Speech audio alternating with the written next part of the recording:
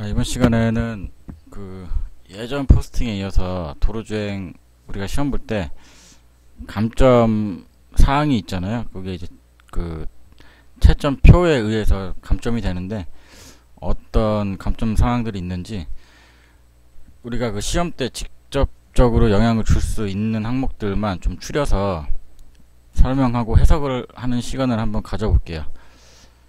저번 시간에 마 항목까지 했어요. 이번 시간에는 바부터 한번 봐볼게요. 바 항목에서도 이제 그 별표가 쳐진 항목들만 좀 보시면 될 것 같아요. 이 제가 별표를 쳐놓은 거는 실제로 시험 볼 때 시험 결과에 직접적으로 영향을 줄 수 있는 부분들만 좀 간추려서 별표를 쳐봤어요. 자, 바 항목이 조향이라는 항목인데, 조향이라는 거는 쉽게 말해서 그 핸들 감각이라고 보시면 돼요. 핸들링 할 때 이 핸들 조작 미숙도는 불량이라는 항목이 또 있어요. 세부 항목 중에서 이 중에서도 1번을 좀 잘 보셔야 될 것 같아요. 핸들 조작을 지나치게 하거나 핸들 복원이 늦은 경우, 자, 다시 말하면은 뭐 예를 들어서 좌우회전을 하는데 아무래도 그 이제 운전을 막 배우고 시험 보는 분들의 그 입장에서는 미숙하죠. 미숙하기 때문에 핸들을 어디서부터 감아야 되고 얼만큼 돌려야 되는지 많이 어려울 거예요. 그래서 그 연습이 충분히 되지 않은 상태로 이제 시험을 보는데 거기서 예를 들어서 뭐 시험장 입구를 빠져나가기도 힘든 경우가 과반수예요.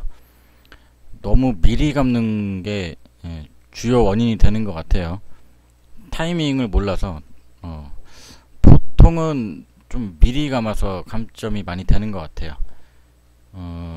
아니면은 뭐 2차적으로 너무 많이 감는다거나. 그래서 많이 감거나 미리 감으면은 핸들 복원이 자연스럽게 안 되죠. 핸들 푸는 게 잘 될 수가 없어요. 자꾸 풀었다 감았다를 반복하게 되고 그 과정에서 뭐 보도블럭이라든지 이 서 있는 차들과 접촉이 될 만한 상황이 막 생기거든요. 그래서 이 부분은 감점이 바로 들어가죠. 뭐 주관적인 부분이에요. 채점할 때 기계가 하는 게 아니라 감독관이 주관적으로 하지만 거의 채점, 이 핸들링에 있어서의 채점은 거의 감독관들의 그 주관적인 채점이 대부분은 정확하다고 보시면 돼요. 사실 이 부분 같은 경우는 우리가 시험 볼 때 감독관들이 그 옆에 5분만 동승을 해 있어도 바로 알 수 있어요. 얼마큼 연습이 돼 있는지. 결론은 우리가 이 부분을 연습할 때 그 옆에 계신 분들께서 뭐 지인분들이나 아니면 뭐 학원 강사님들도 이 핸들 감는 타이밍을 좀 신경 써서 봐주셔야 돼요. 그게 아니면은 배우는 분들이 좀 먼저 이야기를 하시는 것도 괜찮죠. 핸들을 감는 타이밍이나 핸들 감는 양을 좀 체크를 좀 해달라고 옆에서 지도하는 분들께 좋게 이야기하면은 다 잘 봐줍니다. 그래서 1번이 중요한데 1번이 되면 2번도 자연스럽게 이 보완이 되는 부분이에요.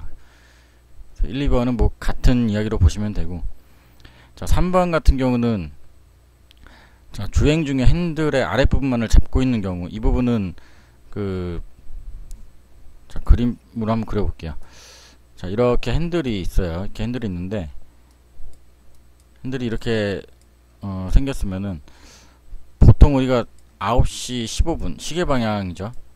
또는 10시 10분 방향. 이 부분을 잡고 주행을 하게 돼 있어요. 근데 8시 20분 방향이나 아니면 그 더 밑에 방향을 잡고 이 아랫부분만을 잡고 운전을 하는 분들이 가끔가다 있어요. 이렇게 되면은 감점이 바로 들어가요, 시험 때. 제가 알기로는 이 밑에 부분을 잡고 주행을 하는 거는 이 미국에서 이렇게 교육을 한다 그래요. 아무래도 장거리 운행이 많다 보니까 일단 우리는 아무튼 간에 10시 10분이나 9시 15분 방향을 잡고 핸들의 이 위쪽 부분을 잡고 양손으로 잡고 그 주행을 하셔야지 감점이 없습니다. 그래서 4번 보시면은 한 손으로 핸들을 잡고 진행하고 있는 경우는 그 면허 취소자분들한테 해당이 되는 내용 같아요. 면취자분들. 그래서 이렇게 되면 바로 감점이에요. 그래서 면허 취소자분들, 경력자분들도 최소한 시험 볼 때만큼은 양손으로 핸들을 파지하고 운전을 하셔야 될 것 같고요. 자, 5번 도로의 구부러진 부분을 주행하는 경우, 주행할 때 커브길을 돌 때, 코너를 돌 때 양팔을 교차한 채로, 교차라는 거는 이제 X자 모양인데 교차한 채로 핸들을 유지를 하고 있는 경우에요. 가끔 가다가 이 크로스로 돌리면 감점 아니에요 라고 질문을 하는 분들이 있는데, 그냥 크로스로 감는 거는 원래 정상적인 방법이고, 근데 이제 크로스로 감는 그 요령이 잘못돼서 한 팔이 깔려서 핸들을 풀지 못하고 유지하고 있는 경우를 감점을 시킨다는 거예요. 단순히 크로스로 감는 방법은 이 감점이 아니고요. 정상적인 방법인데 그 크로스로 감는 과정이 잘못돼서 한 팔이 깔려서 그렇게 핸들을 풀지 못하는 경우 감점이 된다는 얘기예요. 이 크로스로 감는 방법은 제 블로그에도 검색을 해보시면은 나와 있으니까 한번 보시고요. 자, 6번은 뭐 생략하시고, 4 항목이 차체 감각이라는 항목인데 이 위에 부분만 좀 보시면 될 것 같아요. 우측 안전미 확인. 자, 진행 방향의 교차로 직전에 오토바이가 있거나 아니면 오토바이랑 나란히 갈 때 먼저 출발을 시키지 않은 경우, 먼저 출발을 시켜야 돼요. 오토바이는 아무래도 먼저 보내는 게 나도 편하고 오토바이도 편해요. 오토바이는 뭐 항상 하는 얘기지만 자동차 뒤에 있지 않으려 그래요. 먼저 항상 갈라 그러기 때문에. 근데 이제 이 자동차 운전자 입장에서 신경을 써줘야 돼요. 자, 2번을 보시면은 우회전하기 직전에 직접 눈으로 아니면은 그 뭐 룸미러라든지 백미러라든지 아니면 고개를 돌려서 우측에 붙어는 오토바이를 확인을 하지 않아도 감점이라고 나와 있어요.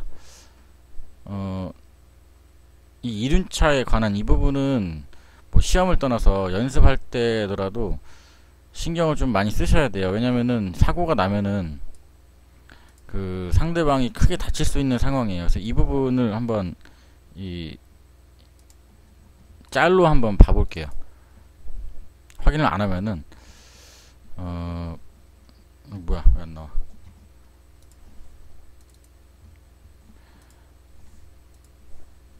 자, 이렇게 가고 있는데 이 골목으로 들어가는 차가 확인을 안 해서 오토바이 운전자가 이렇게 부딪혀서 날아가 버리죠. 이 좀 끔찍한 사고인데, 다시 일로 우회전을 하려고 그러는데 확인을 안 했어요. 우측은 확인을 안 해서 이 오토바이 운전자가 차를 피하다가 이렇게 사고가 났어요. 이 배달하는 친구가 많이 다쳤을 것 같아요. 그래서 자동차 운전자가 항상 우측 거울이나 직접 고개를 돌려서 유리창을 확인하셔야 돼요. 오토바이랑 사고 나면은 아주 골치 아픕니다. 이 골목 우회전 할 때도 거울을 보고 들어가야 돼요.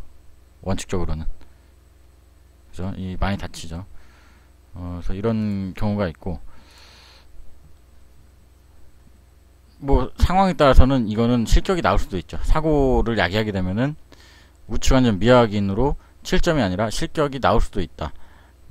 이 정도는 알고 계셔야 돼요. 아 항목 한번 볼까요? 통행 구분이라는 항목인데 지정차로 준수 위반. 자, 일단은 지정차로라는 그 도로에 법이 있어요. 룰이 있는데, 자, 도로의 중앙에서, 그러니까 중앙선을 기준으로 우측으로, 그러니까 내가 가는 이 차로가 2차로 이상의 도로 및 일방 통행로에서 그 차로에 따른 통행차의 기준을, 그러니까 말이 좀 어렵게 돼 있는데 그림판으로 한번 그려볼게요. 자, 이렇게 중앙선이 있어요. 중앙선이 이렇게 있고, 그리고 차선이 이렇게 뭐 4차로라고 가정을 하면은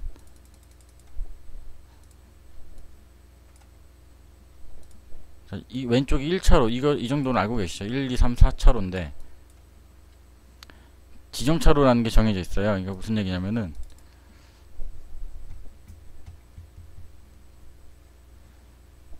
고속도로 외의 도로예요. 그러니까 우리가 다니는 일반 도로, 고속도로를 제외한 도로에서 편도 4차로, 편도라는 거는 이렇게 내가 가는 방향을 편도라 그러고,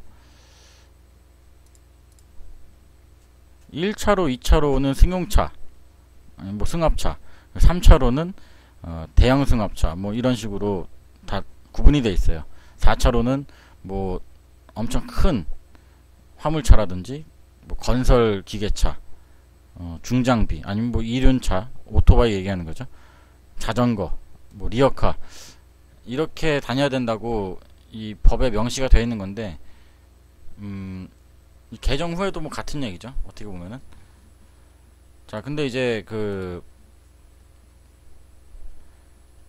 맨 바깥쪽으로는 우리가 시험 때 주행을 보통 안 하죠. 그러니까 우리가 항상 우회전을 이렇게 했으면은 차로를 그 옆으로 바꿔서 가라고 이제 수업을 하는데, 이런 이유가 있는 거예요. 여기 나와 있듯이. 그래서 우리가 다시 이 바깥 차로는 특히 우리가 시험 때는 이 주행을 피해서 가게끔 하기 때문에 특별한 사유가 없으면은 그 주행 차로로 바꿔서 갑니다. 그래서 이 지정 차로제는 그 1, 2차로가 승용차랑 승합차가 다녀야 된다고 이렇게 써 있지만, 근데 하나 아셔야 되는 게, 이렇게 나와 있죠. 1, 2차로는 승용차와 승합차, 하지만 상위 차로를 주행할 수 있는 차량은 그 하위 차로로 주행할 수가 있어요. 이거를 알고 계셔야 돼요. 그러니까 상위 차로라는 거는 1차로부터를 상위 차로라 그러죠. 이제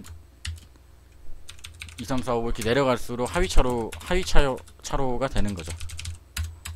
하지만 우리가 보통 시험 볼 때 일반 도로에서 가장 바깥 차로는 교통 약자들, 쉽게 말해서 뭐 아까 얘기한 뭐 건설 큰 화물차, 쉽게 말해서, 또는 버스, 아니면은 택시, 불법 주정차, 불법이라기보다는 하여튼간 뭐 주정차 되어 있는 차들, 아니면은 이륜차, 리어카, 장애인 전동차, 버스 정류장, 이런 여러가지 사항들이 있기 때문에 가장 바깥 차로로 가지 않고 차로 변경을 해서 이제 그 옆 차로로 주행할 수 있게끔, 주행 차로로 주행하게끔 차로 변경을 해줍니다. 그래서 우리가 항상 이렇게,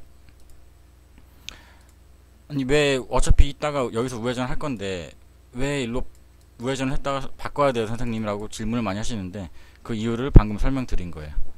그래서 지정차로에 맞게 이 주행을 하셔야 돼요. 별다른 이유 없이 이 맨 바깥 차로로 우리가 계속 가게 되면은 감점이 나오는 경우가 있어요. 자, 그 다음 항목은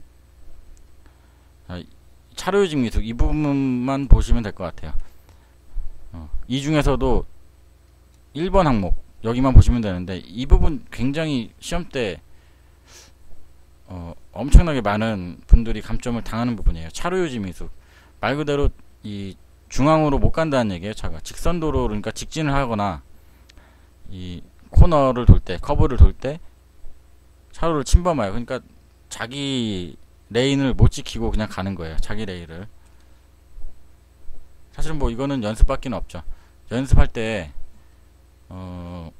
이제 한 번씩 물어봐야 돼요. 옆에서 봐주고 있는 분들한테 중앙으로 잘 가고 있는지. 근데 이거를 제가 말씀드리고 싶은 거는, 우리가 운전을 가르치는 분들도 좀 아셔야 되는 게, 이렇게 우리가 일로 차가 가는데 네모나게 똑바로 이 차가 있으면은 중앙으로 누구나 가고 싶죠. 이렇게 중앙으로 가고 싶은데, 가끔가다 옆에서 봐주는 이 분들이 오른쪽 다리를 뭐 도로의 중앙에 놓고 주행을 해라, 아니면은 뭐 와이퍼에 물 나오는 구멍이 가운데로 오게끔 운전자 시야에서 그렇게 주행을 해라라고 그 지도하는 분들이 계세요. 가끔 가다가. 그래서 그렇게 수업을 받게 되면은 굉장히 시야가 좁아지고 위험합니다. 그래서 그냥 일단은 좀 그냥 멀리 넓게 보면서 그 느낌만 좀 가져가시면 돼요. 그래서 뭐 꼭 어떤 공식에 의해서 이걸 중앙으로 맞춰 달리려 그러면은 이게 나중에 가면 골치 아파집니다. 그래서 그냥 감각으로 하는 수밖에 없어요. 운전을 자꾸 연습을 하면서 이 정도의 느낌만 가져가시면 돼요. 자꾸 뭐를 어디다 맞춰서 이렇게 실제 운전을 하려고 그러면은 여러 가지 위험한 상황들이 생기니까요. 그래서 이 부분은, 이게 근데 차로 유지 미숙이 너무 누적이 되면은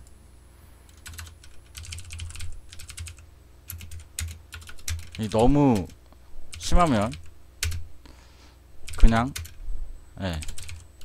실격될 수 있어요. 그 이유는 어떤 사유로 실격이 되냐면은 현저한 운전 능력 부족으로 실격이 될 수 있어요. 그래서 충분한 연습밖에는 없는 것 같아요. 자, 다음 항목에 보면은 자아 항목이죠. 이 부분 별표를 다 쳐놨는데 당연히 이 부분도 감점이 엄청 많이 나오는 부분이에요. 그 중에서도 이 네모를 쳐놓은 이 진로 변경 시 안전미확인, 이 부분이 감점도 가장 크고 제일 감점이 많이 나오는 부분 같아요. 가장 또 실제로도 운전할 때 우리가 조심해야 되는 부분이고. 자, 차로 변경할 때 거울을 안 봤다는 얘기예요. 아니 고개를 돌려서 안 봤다거나. 차로 변경을 하려고 하는데 고개를 돌리는 등 적극적으로 안전하기를 하지 않으면은 10점이 감점이 되지만, 상황에 따라서는 바로 실격이 될 수도 있고요.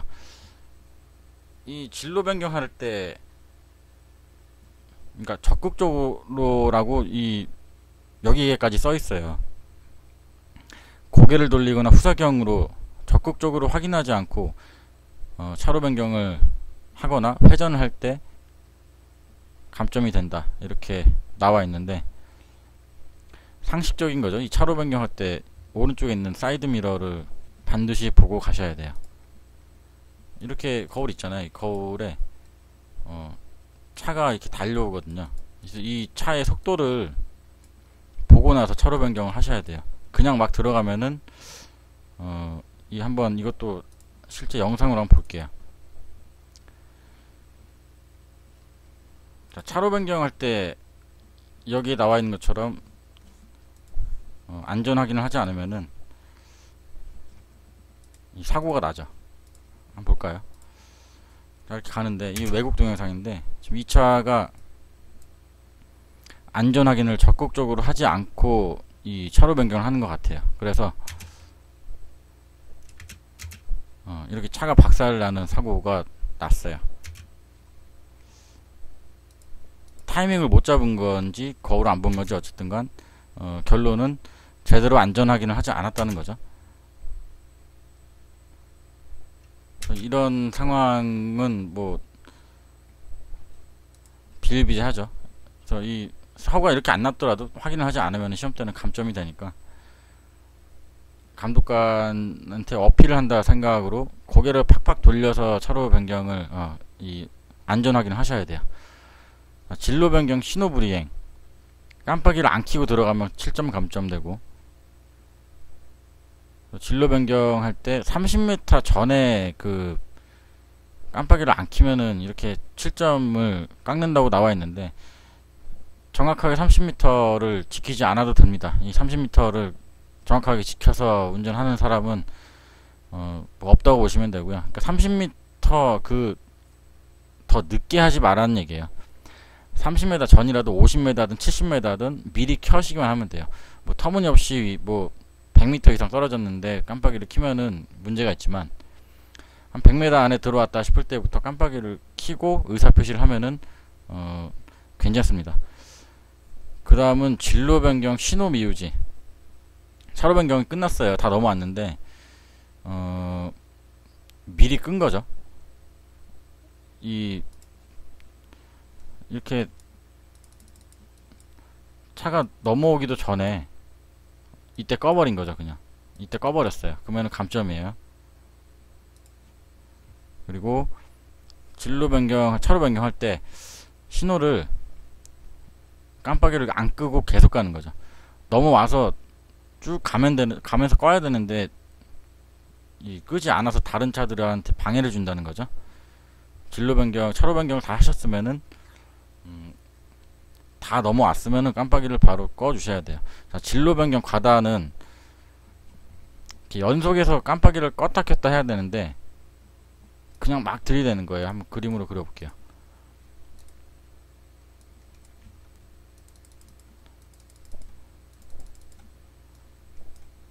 자, 여기서부터 나 유턴 하려고 여기까지 차로 변경을 해야 되는데 여기서 깜빡이를 켜고 들어가서 좀 가다가 다시 켜고 들어가야 되는데 이게 아니라 여기서 그냥 깜빡이를 한번 켜놓고 이걸 한번 켜놓고 그냥 거울만 보면서 계속 이게 질러서 가는 행위죠. 이렇게 되면은 좀 위험하기도 하고요.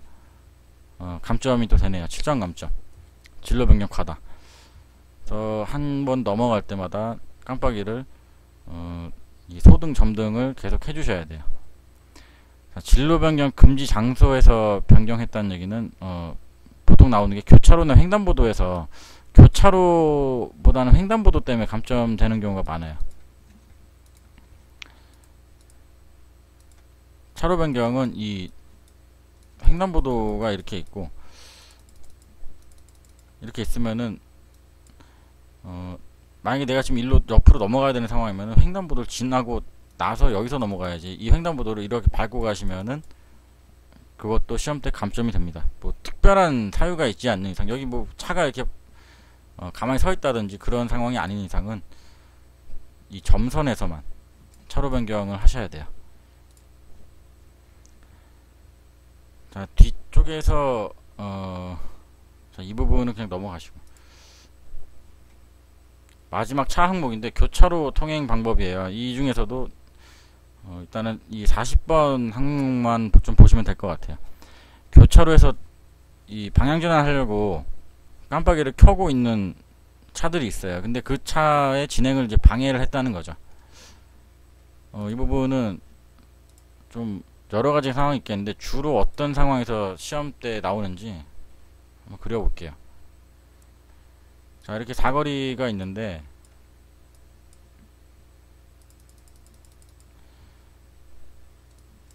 자, 내가 여기서 좌회전을 하죠. 좌회전을 하는데